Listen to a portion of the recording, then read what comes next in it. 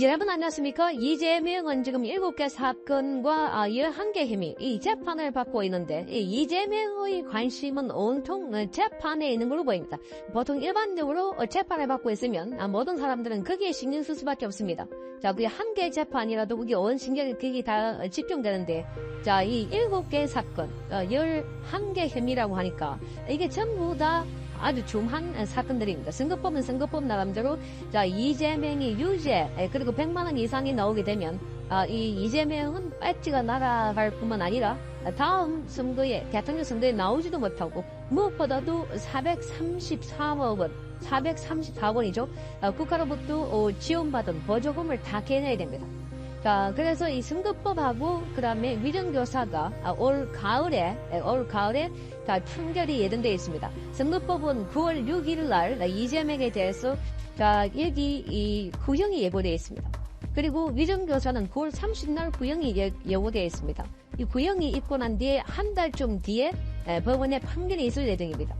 자, 그래서 이재명이 오늘 국회 본회의장에서 본인이 앉아있지만 자, 이 휴대전화로 변호인 의견서라는 것을 보고 있는 장면이 카메라 기자에 의해서 포착이 됐습니다. 이 변호인 의견서, 이게 자세히 보니까 김진성 씨에 대한 정인신문 이런 걸 있는 거 봐서 위정교사 사건입니다. 자, 위정교사, 이재명의 사법방해고 이재명이 과거에 2002년도에 이 검사 사칭 사건 관련해서 본인이 나중에 2018년도에 자, 이 사건에 대해서 내가 누명을 썼다. 그러니까 경기도지사 선거에서 그때 이제 물으니까 나는 그때 누명을 썼다라고 해서 거짓말을 한 겁니다. 자, 그런데 누명을 썼다고 하면서 이 사건이 넘어가는 것 같았습니다. 그래서 선거법 위반 관련해서 이게 그 당시에 이재명 관련해서 이 고발이 됐고, 그래서 이 사건과 관련해서 재판을 받았는데, 그 당시에 이 김진성 씨라고 하는 사람, 자, 이 김병남 그 당시 성남시장의 수행비서였습니다.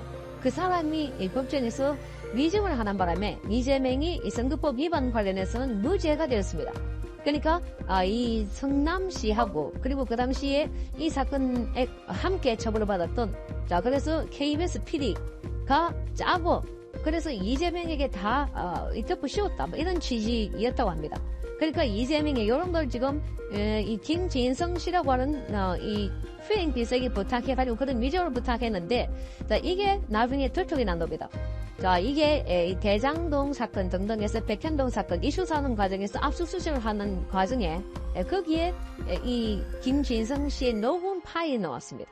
자, 거기에 이재명이 이렇게 해달라 하는 부분이 다 나와 있어서 그래서 이 사건과 관련해서 재판을 받고 있는데 지난번에도 이재명은 이 사건과 관련해서 영장 실질 심사에서 자, 이 유천 부장판사가 이재명의 혐의가 인정된다. 그러나 이재명은 전남 대표이기 때문에 방어권 보장 차원에서 구속할 필요성을 못 느낀다라고 했던 것이었습니다. 그러니까 범죄 혐의가 인정된다는 겁니다. 위정교사는 사법질서 방해를 하기 때문에 굉장히 중한 범죄입니다. 자, 어쨌든 이 혐의와 관련해서 이재명이 재판을 받고 있는데 이제 9월 30일 구형이 되고 10월 30일 전후로 해서 1심 선고가 내려지게 됩니다. 근데 이재명은 지금 이 선거법은 지금 100만 원 이상 그렇게 되면 또 2심, 3심이 있는데 이 선거법은 기본적으로 구속이 될 가능성은 없어 보입니다. 그런데 위정교사는 자칫하면 구속될 수 있다는 겁니다. 법정 구속까지. 위정교사는 사법 방해를 했다는 겁니다. 그러니까 이건 굉장히 중요한 겁니다. 그래서 이러한 법조계에서 이재명에 대해서 징역 2년에서 3년 정도가 선고될 것으로 이렇게 예측하는 사람들도 많습니다.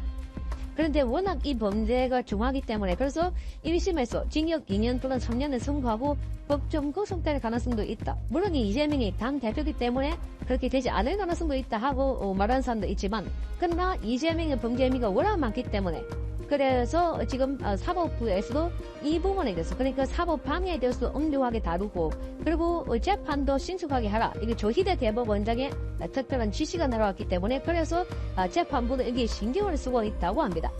그러니까 이재명은 지금 본회의가 열리고 있는 상황에 여기서 지금 이게 휴대전화로 보는 장면이 딱 포착이 된 겁니다. 자 이걸 자세히 살펴보니까 김진성 녹취록 이런 게 더 있고 그래서 여기 보니까 이 변호인의 말하자면 의견서 이렇게 해서 이재명이 보고 있는 장면입니다. 이재명이 자신의 재판 관련해서 변호인으로부터 문자를 받고 그래서 지금 이재명 관련해서 김진성 씨에 대한 정인신문 등등에서 이런 글이 있는데 지금 이 기자들에 포착이 되는데 안에는 재판 내용이기 때문에 그래서 그걸 가렸습니다. 그러니까 이 재판 내용이기 때문에 내용은 가렸지만 옆으로 삐져나오는 글자를 보니까 이게 위증교사 혐의와 관련돼 있구나. 그래서 이재명은 지금 여기에 온 신경이 다 쓰이는 걸로 보입니다. 그러니까 이재명은 본회의 간다, 상임회의 간다 하더라도 지금 국회의 신경이 몸은 있어도 관심은 전부 다 재판에 가 있다는 것을 잘 알 수 있는 대목입니다. 자, 이걸 보면 이재명이 지금 4개의 재판을 이제 받게 됩니다. 3개의 재판을 받고 있다가 그 다음에 쌍방울의 대북 송금도 신진호 부장판사에 의해서 8월 27일 날 첫 분미기일이 열립니다. 8월 27일부터 사실상 재판이 시작되는데 자, 여기까지 하면 이 8월 27일부터 열리는 대북 송금 사건은 이게 집중 심리를 할 가능성이 매우 높았어. 그래서 일주일에 2번 이상 재판을 할 가능성이 있는 겁니다. 그러니까 이재명은 지금 일주일에 4번 내지 5번, 많게는 5번까지 재판을 받아야 되지 않을까. 그러니까 국회에 있다고 하나, 자, 온 몸은, 마음은 또 이 재판정이 가 있다. 그래서 사실 국회의원 신문으로 하면서 월급은 따박따박 받고 있는데 국회의원으로서 역할을 못하고 있다. 거기다가 이재명이 욕심을 더 내가지고 지금 또다시 당대표가 되기 위해서 전국 전당대회를 하고 있습니다. 이재명은 거기다가 지금 법인카드 사인과 관련해서 여기에서 소환 통보를 받았습니다. 이재명과 부인 김혜경.